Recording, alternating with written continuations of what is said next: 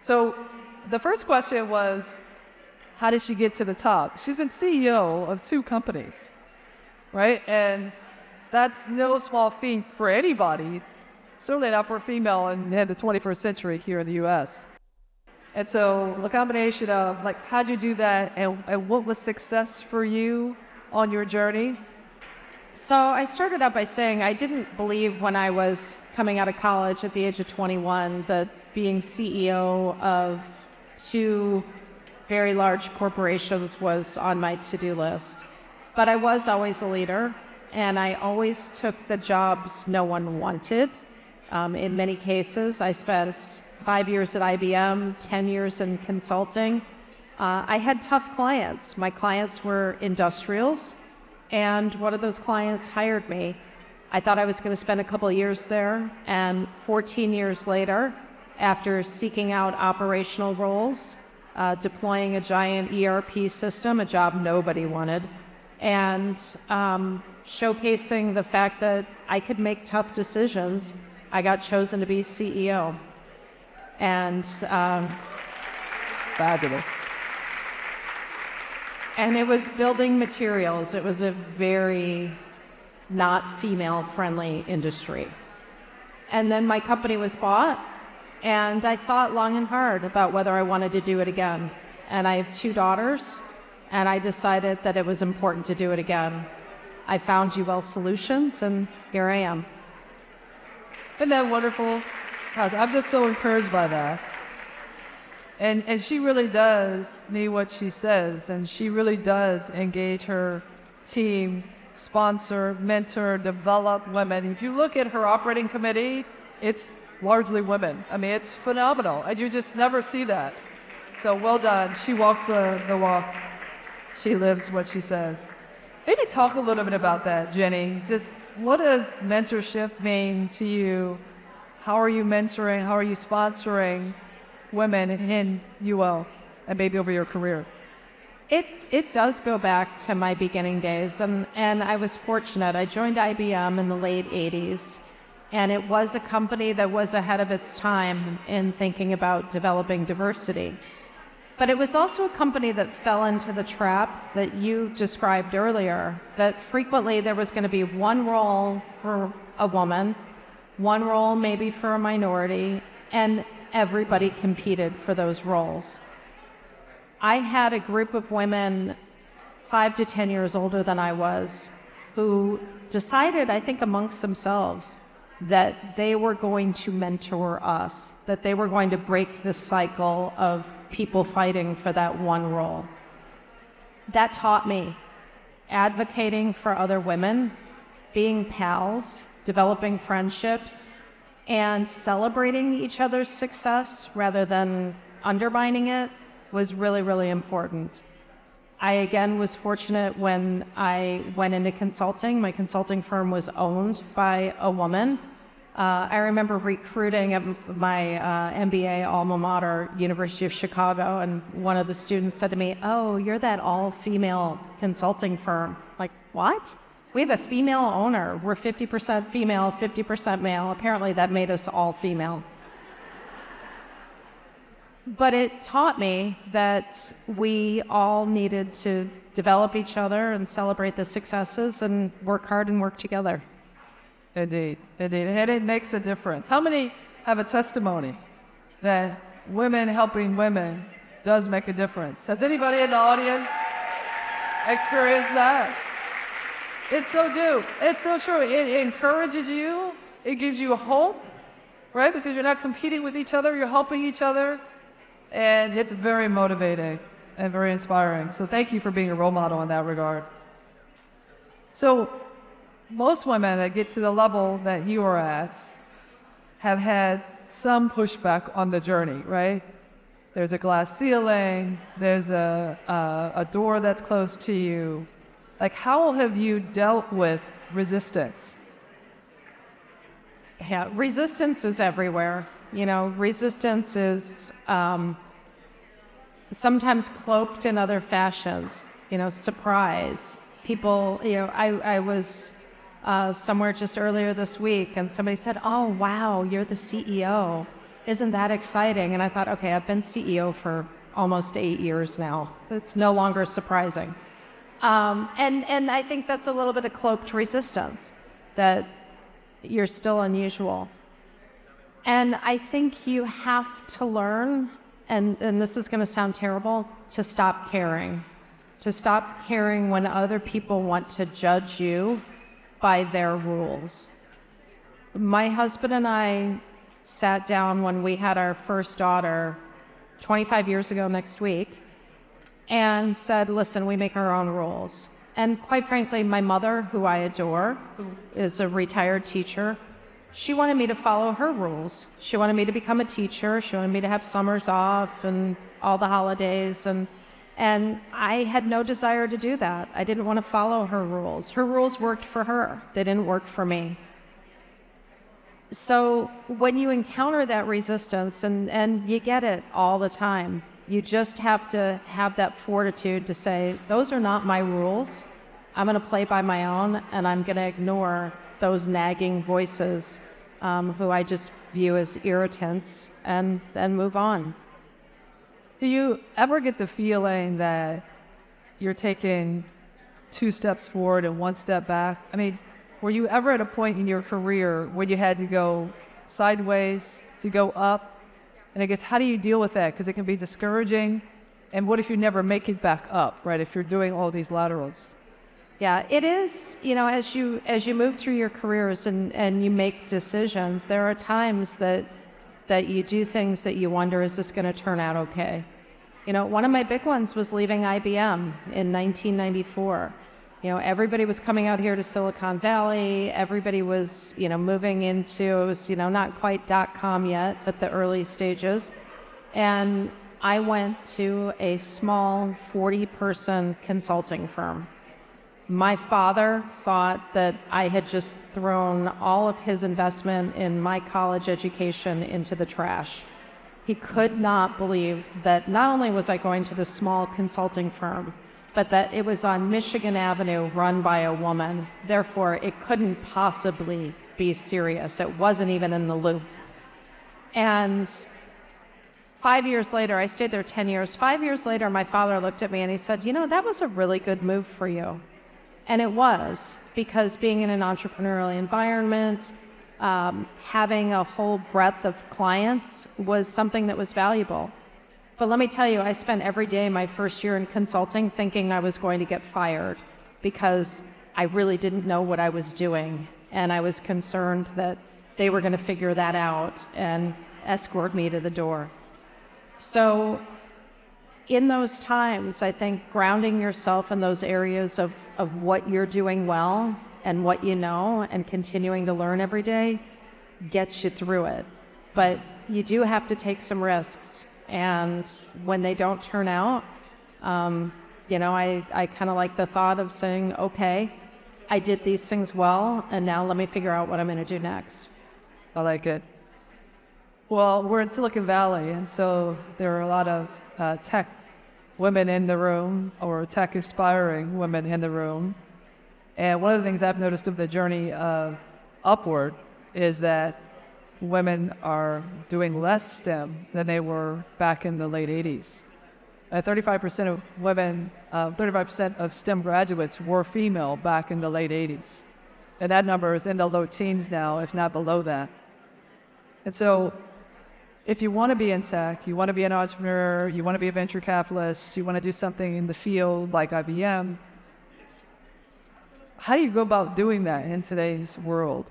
The programmer culture, the fraternal culture, women are encouraged to be, developers or engineers. In fact, they're discouraged from that. I guess, what advice would you give to a woman starting on her career journey that you began at IBM? It makes me sad that the numbers are diminishing, and it makes me sad that women are discouraged. And I'll tell you, I started out as a math major at Notre Dame. There were 2 of us in honors math. We both ended up working at IBM, interestingly. While I was at IBM, I went to University of Chicago booth at night, and there were maybe 10%, maybe 15% of the class was female. those two experiences taught me, and I said it a little earlier to someone, but you got to embrace your geekiness, and you got to be comfortable saying, hey, I love math, and be comfortable being the one who demands data, be comfortable being the one who wants analytics, being the one who's comfortable asking for metrics and holding people accountable. And I think if you do that, you distinguish yourself as somebody who has a great ability to operate, and that operational capability is grounded in your quantitative skills, and that does make you stand out. Because it is shocking to me how many people, and I'm going to say men don't say it as often, but they whisper it to me, I didn't really like math. And a lot of women will say, oh, I hated math. Don't ever say that. I don't care if you hated it, respect it. And so you could say, hey, I really respect math. It sounds a lot better, but use those analytical skills. And for those of you who really do love it, who really are pursuing tech, just lean in, take those jobs that there are jobs that nobody else wants, that you are highly qualified for, and you will distinguish yourself by taking them and excelling in them, as you have the capability to do. Yeah, and I think for a lot of women in the room, they're in their senior part of their career. So your daughters, encourage them, and they're going to need encouragement, and they're going to need fellow travelers. They're going to need friends and colleagues, because the system is dear not to embrace them, but you do want to encourage them to do that. I think that's great advice.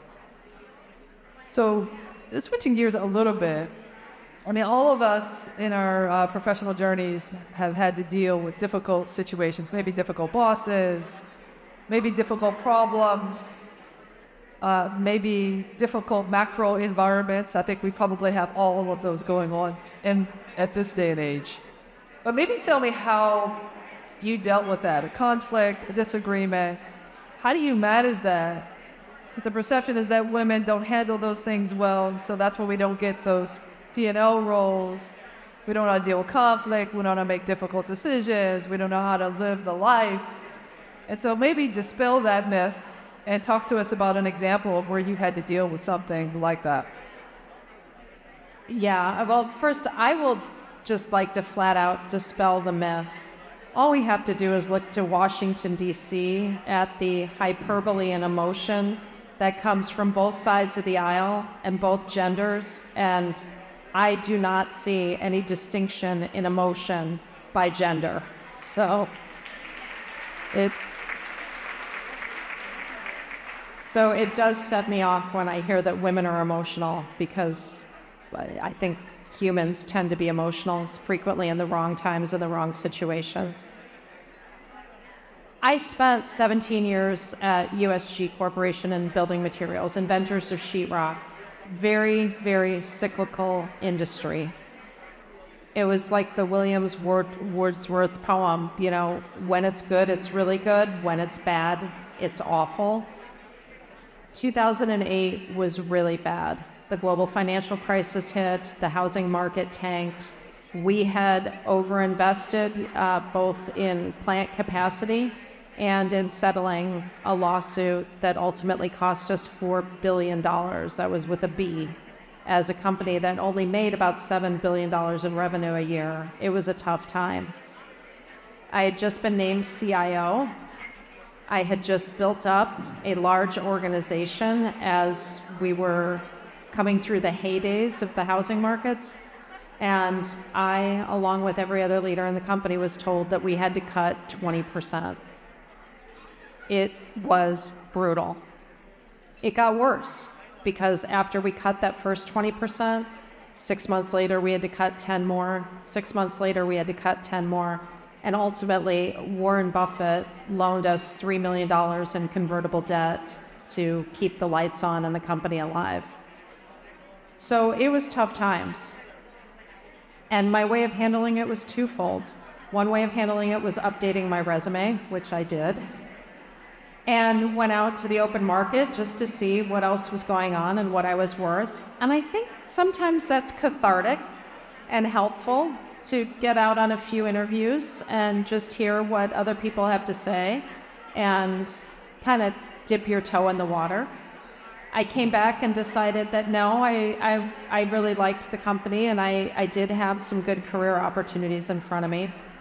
But the second thing I found myself doing was constantly trying to communicate with my team about what was happening and why, and what tough decisions we had to make and why, and owning it, and not apologizing for things that you can't control. I couldn't control the global financial crisis. I couldn't control the housing market. I could control trying to keep all of our best performers, and I could control the tough decisions that I had to make. And I think that's the way you have to think about these situations, is control what you can control. Don't apologize for the things that you can't. And it too will pass. So back to the poem, there will be good times that are really, really, really good. Oh, that's it. That's it. I love that. Stick with it. So we're going to be offering the audience an opportunity to ask questions. So be getting your questions ready for Jenny, because we're going to give you an opportunity to ask questions in just a few moments. And we're going to give Aaron one of the mics, and there's a couple of other folks that will run with mics as well. So be asking questions. I'm going to ask a few more, but if you have a question, raise your hand. Somebody with a mic will come over, give you a mic, and let you ask. Well, we talked about difficult situations. Maybe talk about a positive one, right? What's the most rewarding part of your job? What do you look forward to when you wake up? So a couple things. I think two of the most rewarding part of my jobs, and they always have to be with being out of the office.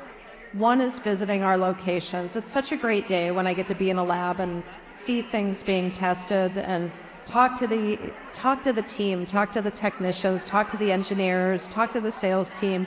What are you working on? What are we learning? What are we thinking about? And there's always these great ideas, and it's just fun. It's really fun. And my second favorite part is being out with customers. And I know you had a chance to do a ride along with our field engineers last week, and you saw the energy of the impact of what we do out there. And it's just, you get so much energy when you get out of the office and see what the fruits of the labor really look like and feel like. Yeah, it was phenomenal.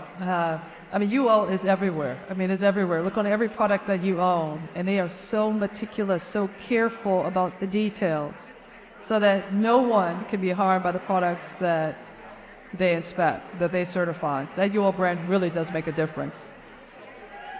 All right. And the UL table said amen. All right. Any questions in the audience? I think we have a couple over here. 3, 4, 5, 6, 7 questions. All right. The mics are rolling. So you mentioned that you have 2 daughters. How do you balance between the mother and being a CEO?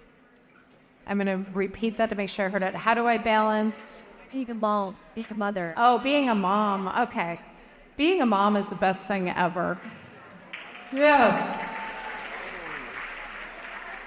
And I am fortunate. I have 2 lovely daughters. The one who turns 25 this week, who came to school out here at Santa Clara University.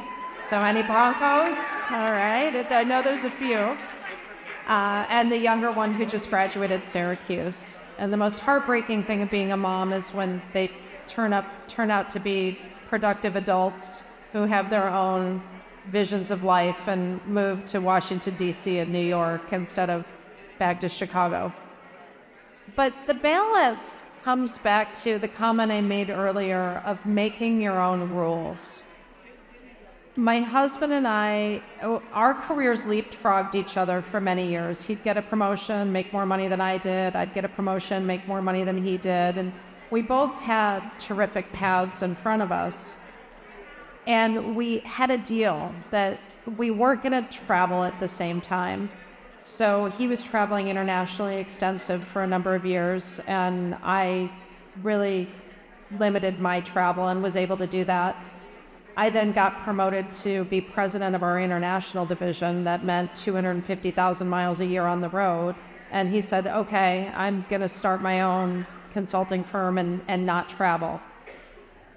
I think setting those rules and setting those boundaries and having that give and take is a key part of that balance. We were fortunate that my family lived nearby. We were fortunate that we had one amazing babysitter for 21 years. And, you know, again, back on making your own rules, my mother was horrified that we were hiring a babysitter, you know, to kind of permanently, as she put it, take over my job. And I'm like, that's not the way this is going to work, Mom. And you had to fight that.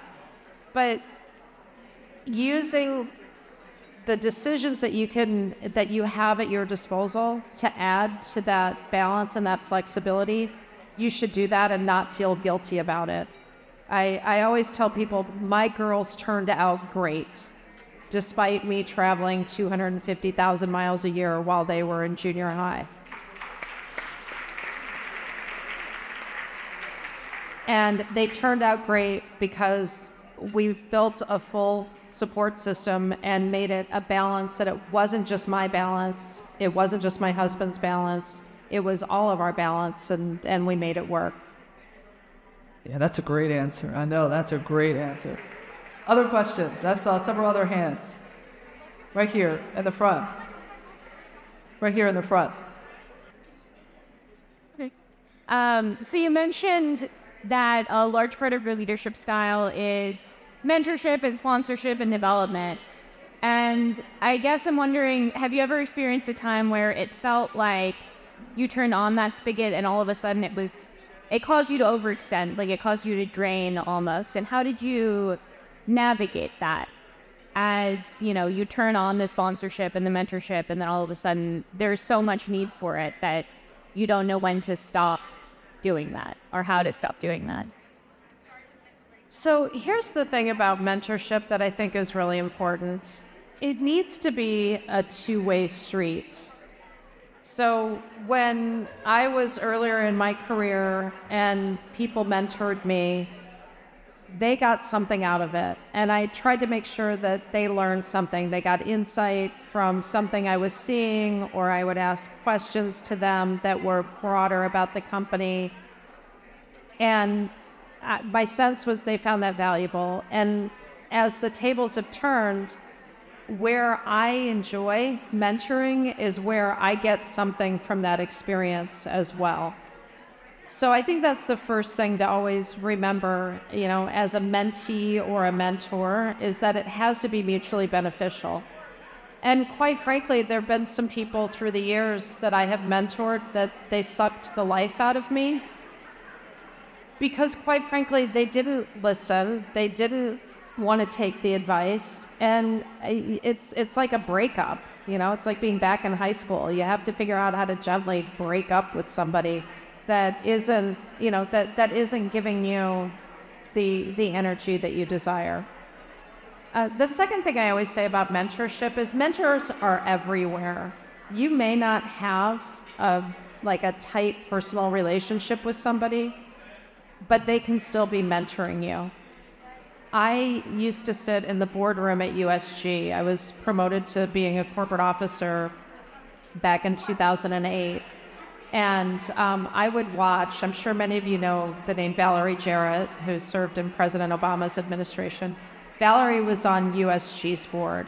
You know, I would sit 3 feet from her, and I watched her so closely. I watched the questions that she decided to ask. I'd listen.